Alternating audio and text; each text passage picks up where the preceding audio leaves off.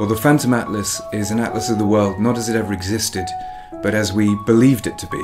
It's a collection of the strangest and greatest myths, lies, blunders, and delusions that were ever painted as fact on maps. And it looks at the stories behind how they were created and why they were believed for so long, sometimes for centuries. And these are stories of murderous polar explorers, imposters, swindlers, liars, sea monsters, but also some of the lesser known adventures of some of the greatest names in the history of exploration. So these cartographic phantoms can take a real variety of form and size. It can be an entire mountain range. The mountains of Kong were believed in the late 18th and 19th centuries to stretch across the continent of Africa, and on paper were seemingly impassable and dissuaded explorers, despite the fact that there was no visual confirmation for their existence.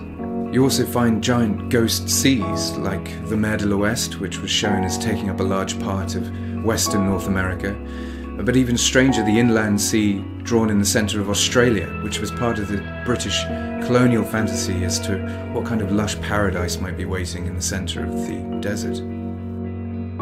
There are also, of course, a huge amount of monsters to be found. The Carta Marina of 1539 is this giant, beautiful aquarium of bizarre creatures with great stories behind them, like the duck tree, the sea worm, the sea pig.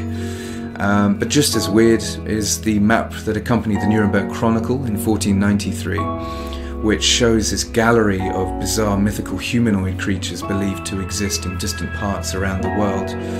Creatures like the Cyopods, a race of men with one giant foot who used it to shade themselves in the midday sun. But I also love the story of the Patagonian giants, this European belief as late as the 18th century that there was a native species of man that grew to 9 foot tall and would stalk the Patagonian landscape. That was even confirmed by the Secretary of the British Royal Society in a letter in 1766, in which he wrote to his French counterpart that the existence of giants here is confirmed. But I think the most surprising thing that you learn from these stories is the lifespan that a lot of these phantoms enjoy, many for centuries. The island of Bermeja in the Mexican Gulf was still being searched for in 2009. Sandy Island off the east coast of Australia was only proven to be non-existent in 2012. So I think today we can have a tendency to feel like the mystery is gone, that we've explored everywhere, that we've found everything.